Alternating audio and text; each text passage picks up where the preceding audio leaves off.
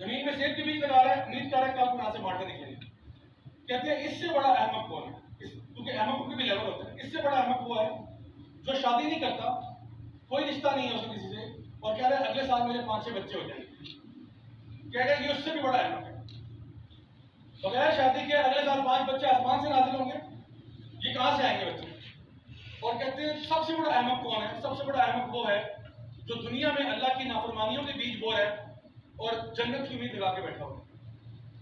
دنیا میں اللہ کی نافرمانیوں کے بیج لگایا جا رہا ہے، اللہ کی نافرمانی میں نافرمانی کر رہا ہے اور کہہ رہا ہے کہ جنت الفردوس میری ہے. جیسے کہ میں اس زمانے میں نا، جب میں نے سیباسٹین سے کہا تھا، اس نے کہا تھا do you believe in heaven and hell, میں نے کہا where are you going? Heaven. کام تم نے کیا کیا؟ کچھ بھی نہیں. آپ مجھے بتائیں یونیورسٹی میں آپ کا فائنل ایگزام ہے، 10 چیپٹر آتے ہیں، 10 میں سے آپ نے ایک کی بھی تیاری نہیں کی. آپ بس یہاں پہ شہر سے پارٹی کرتے رہے، گول گپے کھاتے رہے، ٹائم ضائع کرتے رہے. 10 چیپٹر آنے، آپ کو ایک بھی نہیں آتا. پیپر جب ہوا آپ لائنیں مار کے آ گئے، کچھ بھی نہیں آتا تھا. جلیبیاں دیکھ رہے ہیں، جلیبیاں سمجھتے ہیں نا کیا ہوتی ہے؟ جب ایک ہی جملے کو آپ نے 5 طریقے سے کہہ دیا ہوتا ہے اور ٹیچر کو بھی پتا ہوتا ہے کہ آپ کو آتا جاتا کچھ بھی نہیں. جیسے میں آپ کو کہتا ہوں کہ میں آج UOL آیا، میں UOL کی طرف تشریف لاتا ہوا اس ہال میں داخل ہوا. بہت سے انسان UOL آئے ہیں، میں بھی انہیں انسانوں میں سے ایک انسان ہوں. UOL ایک ایسا ادارہ ہے پاکستان کی سرزمین پر جہاں انسان داخل ہوتے ہیں. میں بھی ایک انسان ہوں، میں بھی بہت ساری یونیورسٹی میں جاتا ہوں. آج میں UOL آؤں. UOL میں آج میں کھڑا ہوا ہوں، میں بول رہا ہوں. ٹھیک ہے، میں نے کچھ محنت پر ٹائم ضائع کیا اور میں خود ٹیچر ہوں، میں خود پیپر چیک کرتا ہوں، اسسٹنٹ پروفیسر ہوں. میں اس کے اوپر بڑا سا انڈا دے دیتا ہوں. میں کہتا ہوں میرا ٹائم ضائع نہیں. ٹھیک ہے، ڈونٹ ویسٹ مائی ٹائم. آپ نے بات لکھنی ہے، کہہ دو میں UOL پہنچ گیا، ختم بات. مجھے سمجھ میں آ گئی ہے، جلیبیاں نہ کھاؤں. تو کبھی کبھار انسان کیا ہوتا ہے، آئیں بائیں شائیں شروع کرتا ہے. تو کہنے کا مقصد یہ کہ ہمیں اللہ تعالیٰ کے پاس جانا ہے اور اللہ تعالیٰ کے پاس تبھی جائیں گے جب ہم نے کچھ کیا ہوگا. جیسا یہاں کرو گے ویسا وہاں کرو گے. اگر ایگزام کے اندر آپ لکیریں مار کے آ جائیں گے تو ٹیچر نے آپ کو انڈا ہی دینا. یہ نہیں آپ کہہ سکتے کہ جی ہاں پیپر میرا بہت برا ہوا ہے لیکن ٹیچر سے اچھی امید ہے کہ نمبر آ جائے. پیپر میں جلیبیاں ڈال کے آیا لیکن ٹیچر سے امید رکھتا ہوں کہ A گریڈ آ جائے گا. یہ پھر آپ احمق اور بیوقوف ہیں. نہ تیاری کی، نہ پریپریشن کی، لکیریں شکیریں مار کے آ گئے، جلیبیاں ڈال کے آ گئے اور امید لگا کے بیٹھے A گریڈ آ جائے گا. اس طرح A نہیں آتا. تو اگر آپ محنت کریں گے یہاں پہ تو پھر اس کا پھل پائیں گے. اب یہاں پہ کرنے والے کام کیا ہے؟ اللہ سبحانہ تعالیٰ نے قرآن مجید میں نا ہمیں کہا کہ اِلَّا الَّذِينَ آمَنُوا وَعَمِلُوا الصَّالِحَاتِ، وہ لوگ جو ایمان لاتے ہیں اور اعمال صالحہ کرتے ہیں. سب سے پہلے ایمان ہے. ایمان کیا ہے؟ وہی اصل میں ہمارا نظریہ ہے، وہی ہماری سوچ ہے، ہماری فکر ہے، ہمارا سافٹ ویئر کہ میں آمن باللہ وملائکتہ وکتبہ ورسلہ والیوم الآخر والقدر خیرہ وشرہ. میں 6 چیزوں پر ایمان لاتا ہوں: اللہ پر، اللہ کے فرشتوں پر، اللہ کے نبیوں پر، رسولوں پر، آسمانی کتابوں پر، قیامت کے دن پر اور تقدیر پر. اور ایمان ایک ایسی چیز ہے جو کہ ایک ورب ہے. یعنی ایمان جو ہے نا، جب انسان اس چیز پر ایمان ہوتا ہے تو وہ اس کے اعمال میں نظر آتا ہے، ورنہ شاید آپ کا دعویٰ جھوٹا ہے. نبی کریم صلی اللہ علیہ وسلم کی حدیث ہے جہاں پہ آپ نے فرمایا کہ جو بھی اللہ اور روز قیامت پر ایمان لاتا ہے وہ صحیح اور سچی بات کرے ورنہ اپنا منہ بند ہے. اس کا انورس مطلب یہ ہوا کہ جو سچی اور صحیح بات نہیں کر رہا، اس کا مطلب ہے کہ اس کا اللہ اور روز قیامت پر ایمان اگر ہے بھی تو بڑا فارغ قسم کا ایمان. نبی کریم صلی اللہ علیہ وسلم نے فرمایا جو بھی اللہ پر اور روز قیامت پر ایمان لاتا ہے اس کا ہمسایہ اس کے شر سے محفوظ ہوگا.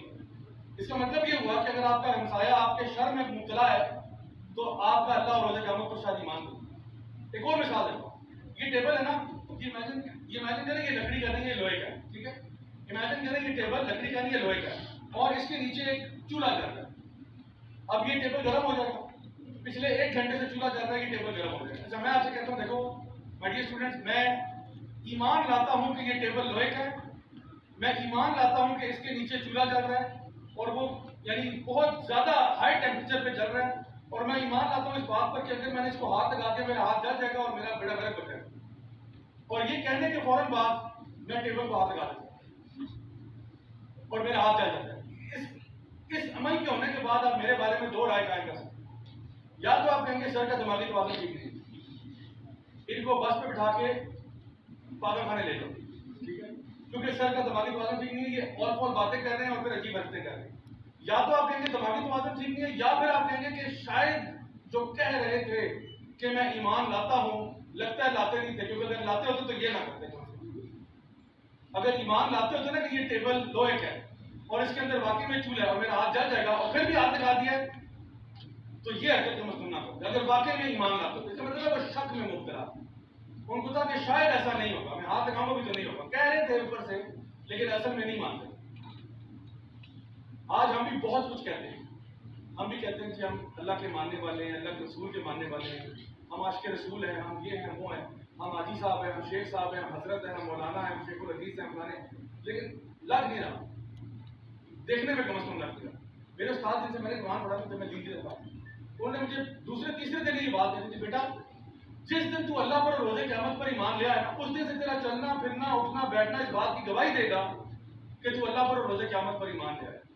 بتا بیٹا باتیں کرنا سب کو آتی، باتیں ہر بندہ کرتا ہے، لیکن اصل میں action speak louder than words. تیرے اعمال بتائیں گے کہ تو واقعی میں ایمان لایا ہے یا نہیں لایا۔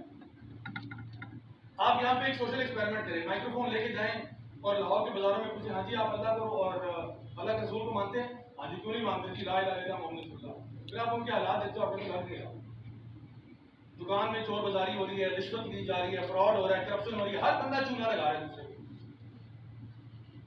تو پھر لیکن دعوے پورے کہ جی نہیں جی آپ تو مانتے ہیں، تو اللہ تعالیٰ نے آپ کا کوئی شناختی کارڈ تو چیک نہیں کرتا۔ قیامت کے دن کیا کوئی ایسی آیت کی حدیث ہے کہ اللہ تعالیٰ اس دن کیا آپ کا شناختی کارڈ چیک کرے گا؟ آپ کی جو آئیڈینٹی چیک ہوگی وہ شناختی کارڈ چیک ہوگا۔ کوئی ایسی آیت ہے؟ کوئی ایسی آیت ہے کہ جی آپ کا پاسپورٹ چیک ہوگا؟ کیا جنت کے دروازوں پر فرشتے کھڑے ہوں گے اور وہ آپ لوگوں کو ویلکم کریں گے؟ ہاں جی کون آ رہا ہے؟ آپ کے لیے ہم پاکستان سے آئے۔ کہاں سے آئے جی؟ اسلامی جمہوریہ پاکستان سے آئے۔ اوہ ہو واہ واہ سبحان اللہ، کہاں سے جی؟ پاکستان، اسلامی جمہوریہ پاکستان والے آپ کو دروازے کھلو سارے۔ ہاں جی پاسپورٹ چیک کرائیں۔ وہ جی سبز پاسپورٹ یہ دیکھیں، یہ دیکھیں، اس پہ لکھا ہوا ہے یہ مسلمان ہے، بسم اللہ جنت الفردوس آپ ہی کا انتظار کریں۔ یہ تو نہیں ہوگا بھائی، وہاں پہ تو سیدھے سیدھے اعمال چیک ہوں گے، خلاص سیدھے سیدھے اعمال چیک ہوں گے۔ یعنی کفن کی جیبیں شیبیں کوئی نہیں ہے، کفن میں کوئی جیب نہیں ہے، کیا جا رہا ہے؟ صرف آپ کے اعمال ساتھ جا رہے ہیں، باقی پیسہ دولت مال اسباب سب ادھر، صرف آپ کے اعمال جا رہے ہیں۔ اور گیٹ پہ اعمال چیک ہونے، ہاں جی اعمال لے لو کدھر گئے، اور ان کی بنیاد پر بندہ یا جنت میں جا رہا ہے یا جہنم میں جا رہا ہے۔